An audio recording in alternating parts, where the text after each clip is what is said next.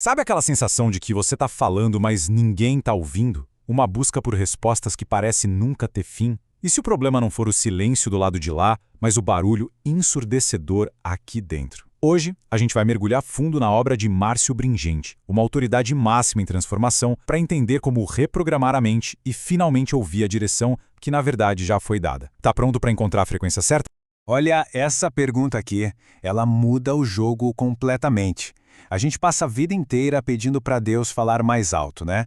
Mas a estrutura do Brinquente nos convida para outra jornada, a de aprender a baixar o nosso próprio volume. A resposta não está lá fora, esperando ser encontrada. A chave é assumir o controle do nosso dial mental.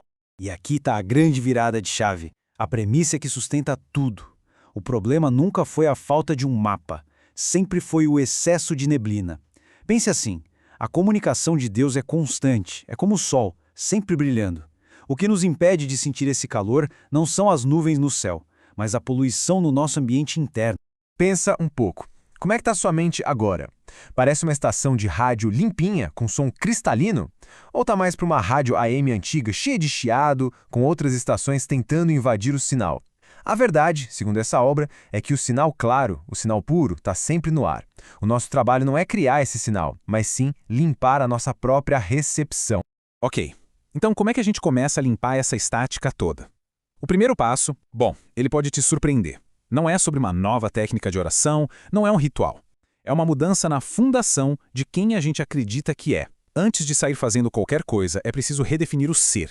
Muita gente vive numa espécie de roda de hamster espiritual, correndo, se esforçando, fazendo mais e mais, mas sem nunca sair do lugar.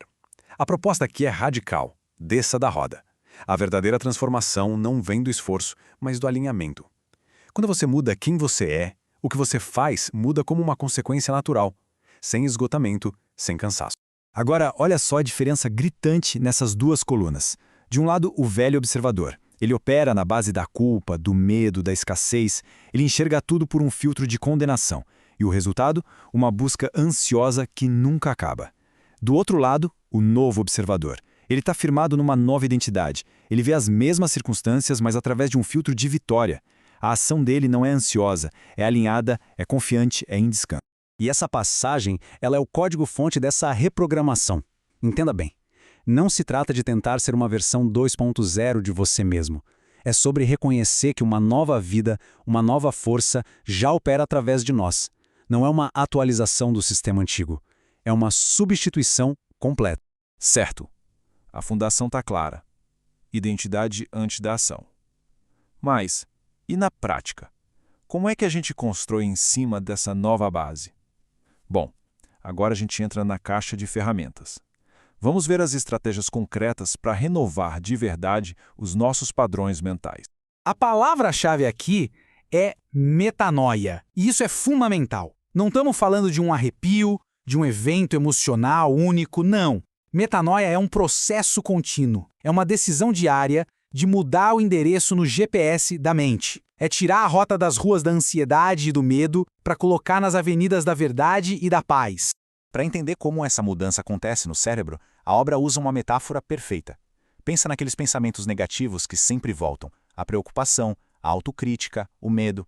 Eles são como autoestradas de 8 pistas na sua mente, pavimentadas por anos e anos de tráfego. São um caminho padrão, rápido, automático, quase inconsciente.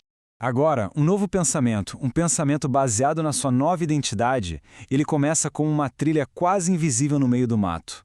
No início, é difícil andar por ali. Exige atenção, esforço consciente, quase como se precisasse de um facão para abrir caminho e não se perder, para não voltar para a autoestrada confortável do velho hábito. Mas é aqui que a mágica da neuroplasticidade, da renovação da mente, acontece. Cada vez que você escolhe conscientemente caminhar pela trilha nova, ela se alarga. Cada repetição é como uma nova camada de asfalto sendo colocada. E com o tempo, com consistência, aquela trilha vira a nova autoestrada. E a antiga estrada do medo? Ela fica abandonada, coberta pelo mato do desuso. E como a gente pavimenta essa nova estrada? Com estas 3 ferramentas poderosíssimas.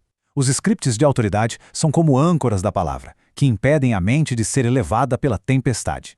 A imaginação redimida não é ficar fantasiando sobre o futuro, não, é ensaiar mentalmente as suas ações a partir da identidade de vitória. E o jejum de ruído, esse é o detox digital e emocional que cria o silêncio necessário para tudo isso funcionar. Agora, um ponto muito importante. O livro usa um termo que pode soar estranho para alguns: hipnose cristã. É fundamental entender o que isso significa aqui. Não tem absolutamente nada a ver com perda de controle, com estado místico ou qualquer coisa do tipo. Pelo contrário, é o ato de ganhar mais controle usando a atenção focada e consciente, como numa oração profunda, para direcionar a mente para a verdade, de forma totalmente lúcida, voluntária e poderosa. Com a base da identidade firme e as ferramentas em mãos, a estrutura do livro nos entrega um plano de jogo, um mapa prático, um passo a passo, para transformar toda essa teoria numa nova realidade diária. Vamos ver como essa jornada funciona. A jornada é dividida em 3 fases bem estratégicas. Os primeiros 7 dias são um detox, um jejum de ruído para limpar o terreno e criar espaço na mente. Depois, a gente entra em 21 dias, o tempo que a ciência mostra ser ideal para formar um novo hábito, para construir ativamente as novas autoestradas mentais. E, por fim, mais 30 dias para consolidar e automatizar essa nova forma de pensar. O coração do processo é este ciclo de 21 dias, e a genialidade dele está na simplicidade. De manhã, você codifica o seu dia com a verdade. Durante a tarde, você faz a manutenção, ou seja, interrompe os velhos padrões assim que eles dão as caras. E à noite, você faz a consolidação, ensaiando mentalmente as vitórias do dia seguinte. É um treinamento diário, simples e transformador. E o resultado disso tudo? Como é a vida do outro lado dessa jornada? Não é perfeição, é progresso real e palpável. É sentir um gatilho de estresse e, em vez de explodir, encontrar um espaço de calma para escolher a melhor resposta. É a diminuição daquele chiado constante de culpa e medo no fundo da mente. É ter uma paz que não depende se o dia lá fora está bom ou ruim. E esse talvez seja o ponto mais libertador de todos.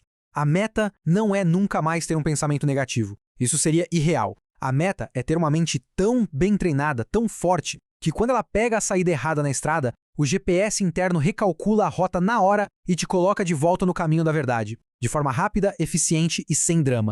E a gente termina com essa pergunta poderosa para reflexão.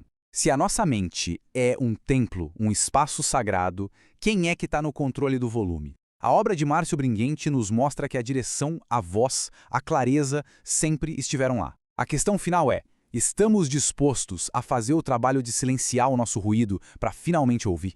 A escolha, como sempre, está em nossas mãos.